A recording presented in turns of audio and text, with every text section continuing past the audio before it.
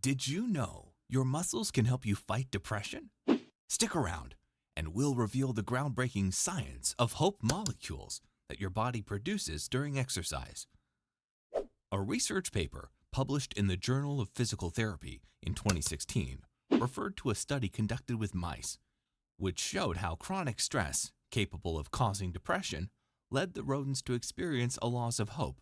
But that's not the exciting part of the study. The study's findings also indicated that the release of specific chemicals, now known as hope molecules, from the skeletal muscles of rodents influence mood disorder symptoms positively, thus helping them build resilience.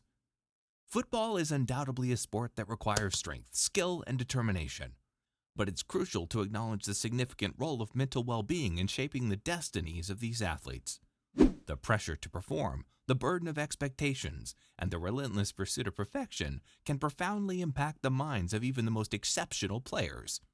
This is where the concept of hope molecules comes into play, providing a deeper understanding of the mind-body connection and its transformative effect on mental health. In this video, we will explore how football players can produce more hope molecules, activate them more often, overcome any limitations that may arise due to their mental health, and live wonderfully. Mental health struggles can affect football players as much as physical injuries. Identifying early signs of mental wellness issues is crucial for timely intervention and support. Some common signs of mental health struggles in football include: Number 1. Changes in performance. Significant drops in performance levels, decreased motivation, or loss of interest in the game may indicate underlying mental health issues.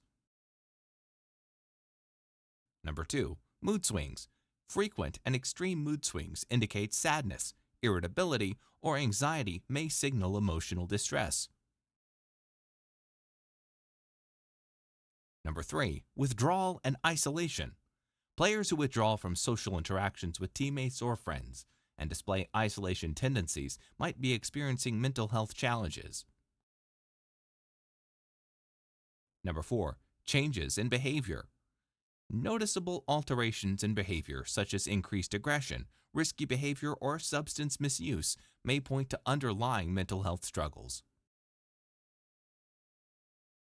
Number 5. Fatigue and sleep problems.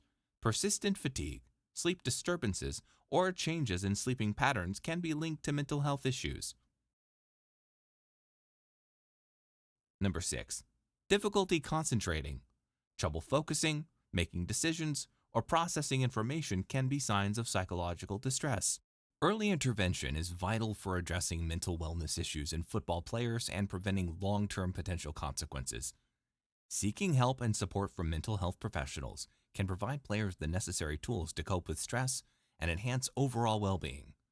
Research has shown that timely intervention can lead to positive outcomes and reduce the impact of mental health struggles on players' performance and quality of life.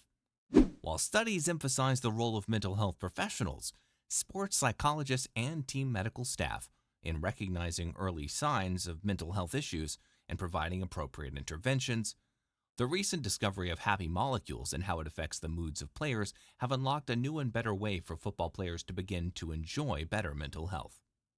One of the most captivating health research endeavors in the past decade has focused on unraveling the precise mechanisms through which exercise generates a sense of well-being. Scientific investigations have illuminated a clear cellular level rationale behind this phenomenon. When our muscles contract, they release specific chemicals into the bloodstream. Within this chemical mix, there are myokines, often dubbed as hope molecules. These minute proteins journey to the brain, traversing the blood-brain barrier, assuming the role of natural antidepressants. Their actions encompass enhancing mood, augmenting our cognitive aptitude, boosting our physical mobility, and safeguarding the brain against the adverse impacts of aging. This intriguing interplay between muscles and the brain has been coined as muscle-brain crosstalk. In essence, hope molecules, scientifically known as myokines, offer a way to infuse yourself with a personal dose of hope through exercise, as stated by McGonagall. By engaging in physical activity, you essentially introduce these hope molecules into your bloodstream, benefiting your mental well-being. Recent insights have revealed that muscles possess endocrine-like characteristics. Each muscle acts as an endocrine organ, capable of generating chemicals and communicating with various systems within our bodies. These myokines can target specific systems like the immune, cardiovascular, and brain, impacting various metabolic processes positively. When muscles contract during movement, whether lifting, weights, swimming, or physical activity, they release various chemicals into the bloodstream. These chemicals support mental health and well-being, making them incredibly powerful for overall health. While myokines are essential for optimal health, everyone might not easily grasp the term. That's why using simpler language like hope molecule makes it more relatable and understandable as a direct experience, according to McGonigal. We have heard of players becoming lost after a devastating episode. This was the case with Adriano. After losing his father, whom he was close to, the Brazilian forward couldn't perform at his best anymore.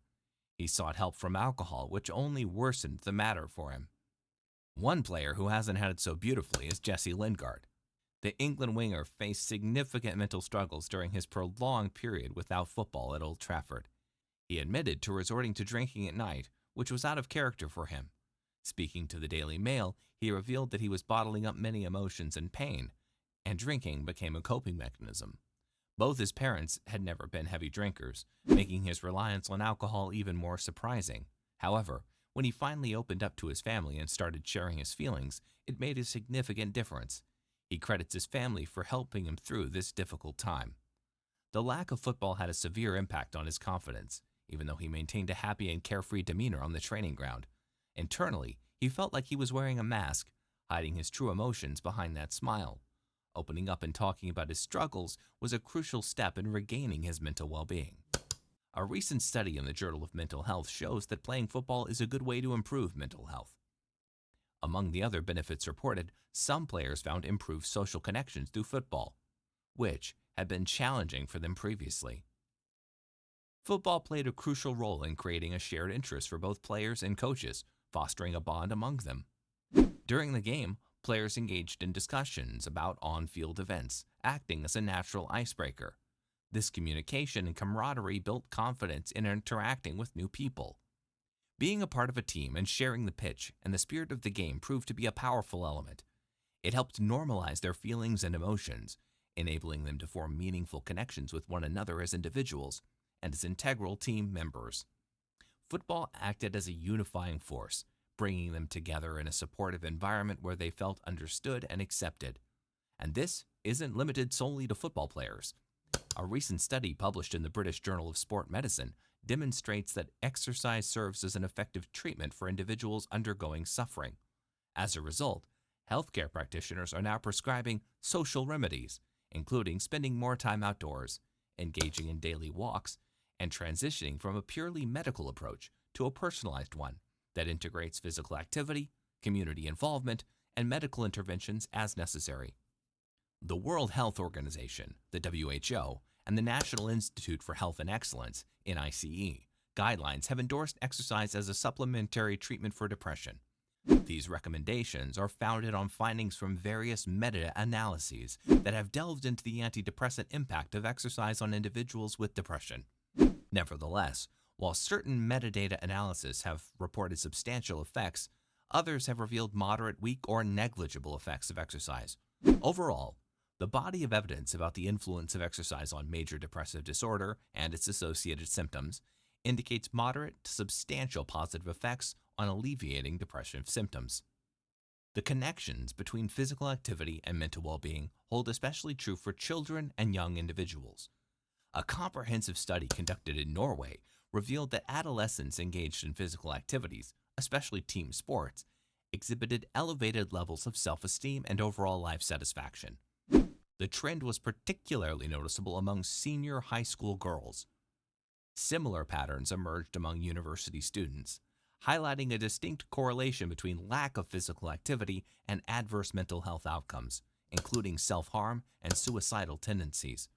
So when you're feeling down, it's tempting to watch a lot of Netflix or spend a long time on social media comparing your life to others and feeling sadder.